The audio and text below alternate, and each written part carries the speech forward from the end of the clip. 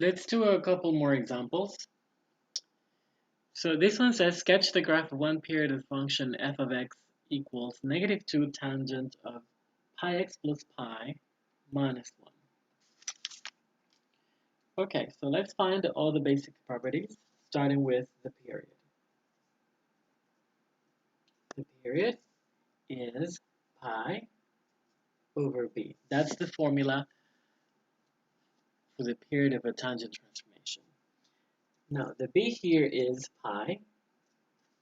So this would be pi over pi, which is 1. Okay, so the period is 1. The graph repeats after every 1 unit. The absolute value of a, which is not really needed for the purpose of sketching the graph, is 2. This is the stretching factor.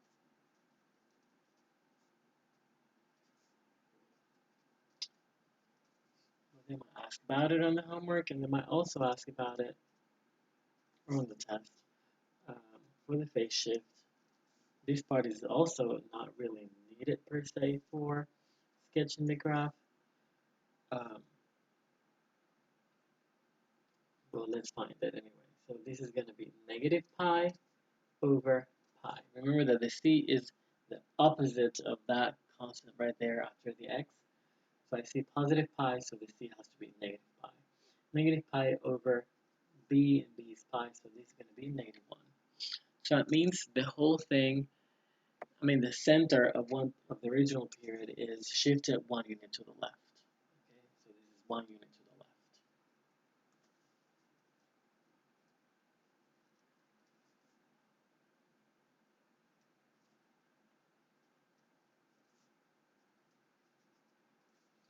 Okay, and the last thing, is find two consecutive asymptotes, vertical asymptotes. Find two consecutive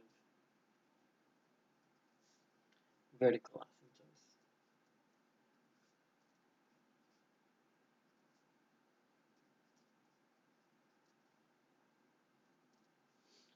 Okay, for that, we take the inside of the tangent function, whatever is inside there, so the pi x plus pi, and we set it equal to the left asymptote of a basic period. The left asymptote is x equals negative pi over 2. Okay, remember that our basic period goes from negative pi over 2 to pi over 2. That's the basic period of a tangent function. The rest is repetition. Okay, so set it equal to the left asymptote, which is negative pi over 2. And then also set it equal to the right asymptote, which is pi over 2. And then we're going to solve these two equations, and that's going to give us the asymptotes for the transformation. Okay, so solve this here. This is going to be pi x negative pi over 2 minus pi. Simplifying this thing, that's negative 3 halves pi.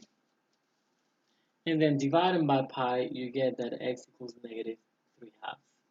So there's one asymptote at negative 3 halves. Now let's find the other one. So here, subtracting pi. So pi halves minus pi is actually negative pi over 2. And then dividing by pi, you get negative a half. So the other asymptote is at negative a half. And now we have everything we need to sketch the graph. Okay, so let's draw our coordinates. Let's take a moment to draw the axis and sketch this graph. So you see now my asymptotes are from negative 3 halves to negative a half. So that means it's on the left hand side of the y-axis. So that means I'm going to need more space on the left than on the right. So let's draw our axis like that then. Okay.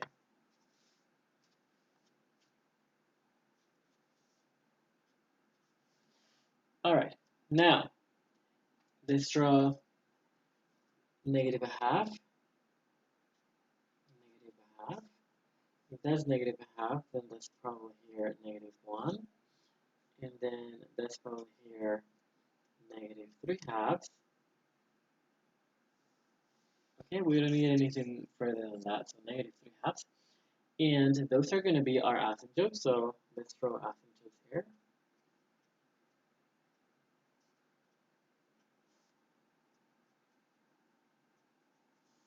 And the other asymptote is right here, right above the tick mark for negative half. Okay, so those are our asymptotes. Okay, now we're supposed to divide this thing into 4 equal pieces. Right now, it's kind of automatically divided into 2 equal pieces, so we need to divide this some more. So halfway there and halfway there. And what is this tick mark corresponding to? What number? Well, it's a number that goes exactly halfway between negative 3 halves and negative 1. If you remember how to do that, that's the midpoint. In the midpoint, you find it by taking the average. So negative 3 halves plus negative 1 over 2, that would be the number that corresponds to that tick mark. So let's figure this out. So this is negative 5 halves, okay, because this is negative 2 over 2, and then you just add, and then divide by 2. This is the same as negative 5 fourths. Dividing by 2 is the same as multiplying by half. So multiplying that by half becomes 4 on the bottom. Okay, so negative 5 fourths. So this tick mark right here is negative 5 fourths. And then to find the value of that tick mark, do the same thing, is the average now between negative 1 and negative a half. And that average is negative 3 halves divided by 2, and that's negative 3 fourths. Okay, so this tick mark here corresponds to negative 3 fourths. Okay, now I have everything. Now you just plug the points, and this is done. This is actually not hard. Not too bad. Okay, so let's do it. I like, as I said, I like starting from the middle for this thing. So let's start from the middle. In the original basic graph, remember the middle point is exactly at the origin. So that means the y-coordinate is 0. Okay, so that means starting here, the y-coordinate corresponds to this is 0 without doing the transformation yet. The transformation says that I multiply the y-coordinate by negative 2 and subtract negative 1. So times a plus d. So 0 times negative 2 is still 0, minus 1 is negative 1. So that means, corresponding to this tick mark, the y-coordinate would be negative 1. So then let's throw here negative 1. Okay, that's negative 1, negative 2, negative 3. All right, now let's say the tick mark corresponding to the point corresponding to the second tick mark. The first tick mark is the asymptote, so the second tick mark. Okay, in the original basic graph, the second tick mark corresponds to negative pi over 4. Negative pi over 4 is negative 1, so the y-coordinate is negative 1. Okay, so here I'm at negative 1, but then I have to do that times a plus d. So negative 1 times negative 2 is positive 2, and positive 2 minus 1 is 1. So that means the y-coordinate is 1. So, okay, so over this tick mark, the y-coordinate is 1. So this is 1, 2, 3. Okay, and lastly, let's do it for the point that goes right over the fourth tick mark, the 1 over pi over 4. The value of tangent of pi over 4 is 1. You're supposed to really memorize that. Okay? So it's 1. So now the y-coordinate corresponding to the fourth tick mark right now is 1, but that's before the transformation. So 1 times a plus d. 1 times -2 is -2, and -2 minus 1 is -3. So the y-coordinate is actually going to be -3. So -3. There. And those are the 3 points. And note that when you move from left to right, you're actually going down. And that is because we multiply by a negative number. Remember that multiplying by a negative number is actually a reflection. So that means the orientation of this was turned upside down. So because it got flipped, it got reflected across the x-axis. So that's why now instead of going up, it's going down. So just connect the dots in that same shape, but going down. And that's it. So let's do it. Okay.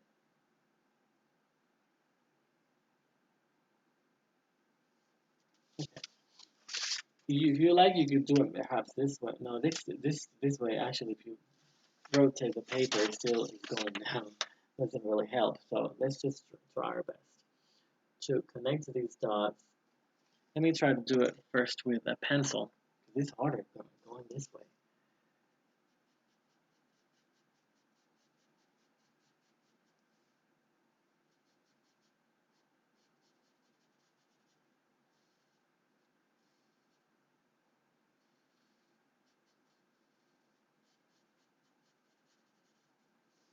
Okay, that looks good.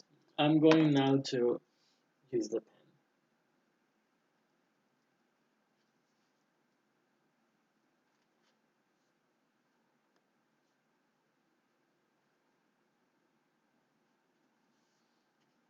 Okay, that's a sketch.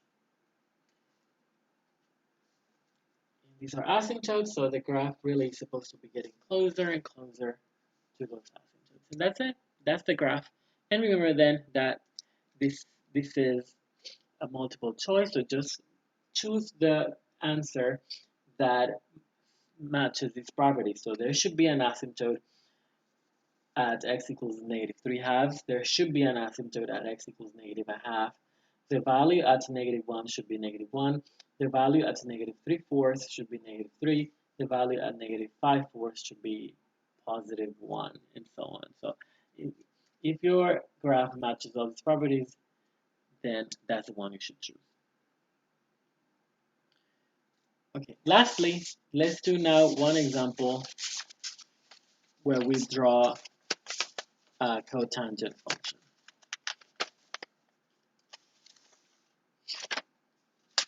Okay, to sketch the graph of the transformation of cotangent, we can follow exactly the same principles for sketching the graph. As for sketching the graph of a tangent transformation, there's really no difference except this one. The main difference is this. To find two consecutive asymptotes, we solve the equations bx minus c equals 0 and bx minus c equals pi. And that's because for the basic graph of the cotangent, that's where the asymptotes are. There's an asymptote of 0, there's an asymptote of pi. The rest are repetitions. We're choosing this as our basic cycle or period. So the left asymptote is at 0 and the right asymptote is at pi. So we set the inside equal to 0 and solve that, and then also set it equal to pi and solve that, and that's how we get both of our asymptotes. Or you could do the alternative method, which is just solve this one and add the period, and that gives you the other asymptote. We could have done that also in this one. I didn't mention it, but you see, you could have done it that way. You solved one, and then add the period. The period is 1. So -3/2 plus 1 is -1/2. So you don't really have to solve this one. If you have the period, you just solve one and then add the period and get the other one, or just solve both.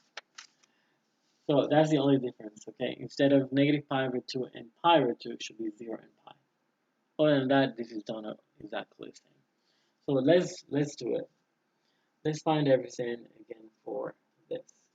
The period is pi over b, which is pi over 8. And this is pi times 8 over pi. Dividing by something is the same as multiplying by the reciprocal. Cancel the pi's and you get 8. So this graph repeats itself after every 8 units. Period is 8. Okay, after the period, the absolute value of A, which is the absolute value of 4, which is 4, this is the stretching factor.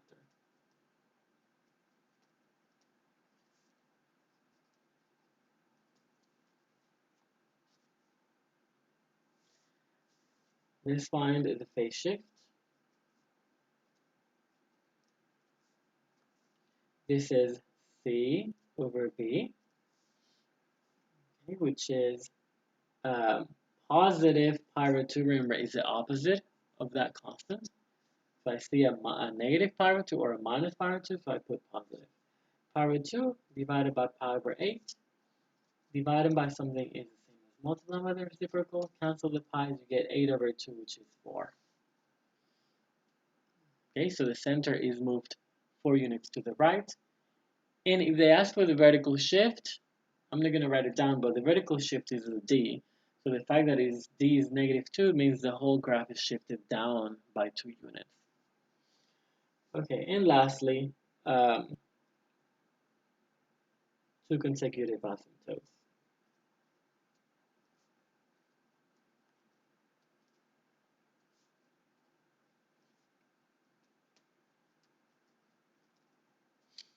So let's set the inside of that equal to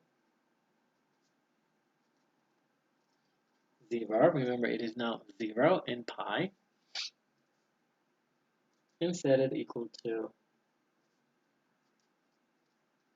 pi. Solve these two and that you get your asymptotes. Or solve this one and add the period to get the second one. I'm just going to do both equations. Alright, so this is pi over 8x equals pi over 2, moving the pi over 2 to the right, and then dividing by pi over 8 and simplifying is actually the same thing as this. Pi over 2 divided by pi over 8, you get 4.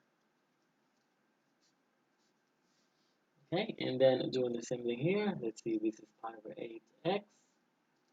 Moving that, you're going to get negative pi over 2. And then divided by pi over 8, you get exactly the same but negative. So x equals negative 4. Which is what we would have so we got here what, 4 and negative 4. Yeah, if you add 8 to this one, you get that one. Oh, my bad. I see. There's a mistake here. When you move that to the other side, you get 3. Oops. 3. Oops. 3 pi over 2. My bad. When you add that over there, you get that. And then divided by pi over 8, you actually get 12. Okay, I caught that. Yeah, because there was something weird. I was like, if you add 8 to this one, you get 12. Yeah, that's why I noticed. So you get 12. Okay, we got it. So 4 and 12, which is 4 plus the period, which is 8. So 4 plus 8 equals 12. All right, so but do that calculation real quick to make sure it's correct. So if you take 3 pi over 2 and you divide by pi over 8, you get 3 pi over 2 times 8 over pi. You cancel the pi's and you get 3 times 8 is 24 divided by 2, and that is precisely 12. Okay, that is 12.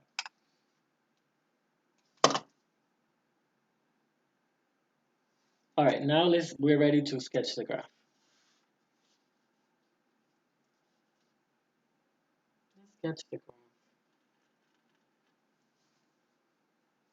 We're going to need more space actually on the right because you're going from 4 to 12. Okay, let's go by twos. This is going to be 2, 4, 6, 8, 10, 12. So you have one asymptote at 4.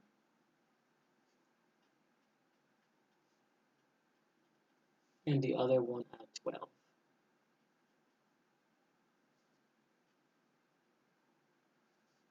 So this is at 4, and the other one at 12. Okay, then you're supposed to divide that interval into 4 equal parts. Note that this kind of happened organically because I went by twos. Normally, the steps that you should take in here, my steps are by two. So 2, 6, 8, 10, 12. But generally speaking, the way you figure out how much you have to go and jump from tick to tick is tick mark to tick mark would be you take the period and you divide it by 4. Okay, the period is the length of the interval. The interval divided by 4 is 2. So that's how you know you should go by 2. All right, we're ready. Okay, this is our basic cotangent graph.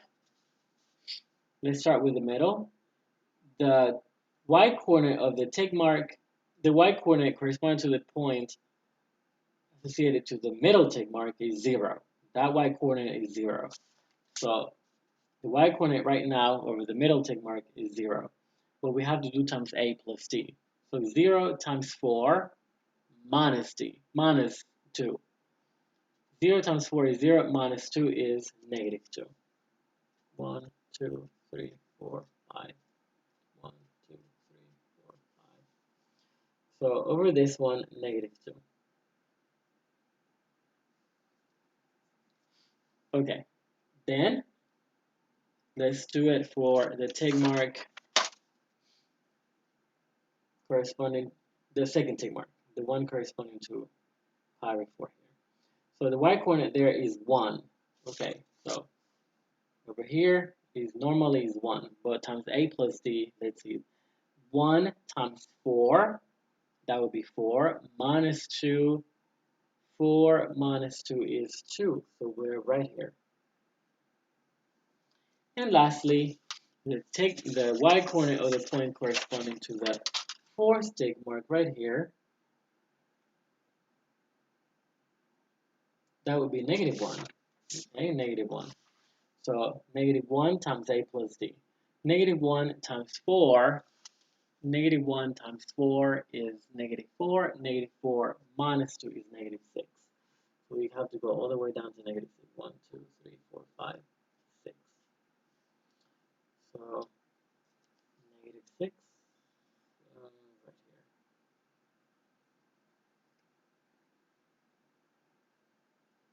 here. Okay, now connect them in the shape that you know this is supposed to have.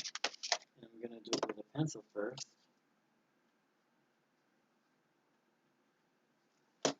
And then it's over. Okay.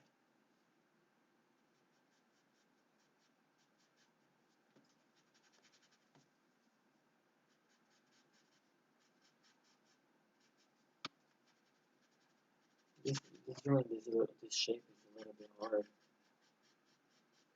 I'm going to draw it nicely.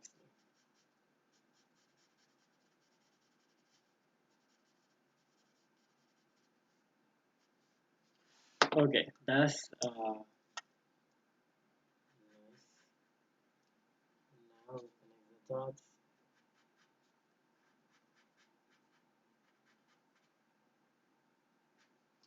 Okay, more or less, doesn't have to be perfect. This is by hand. All right, and that's it. That's the sketch of that graph.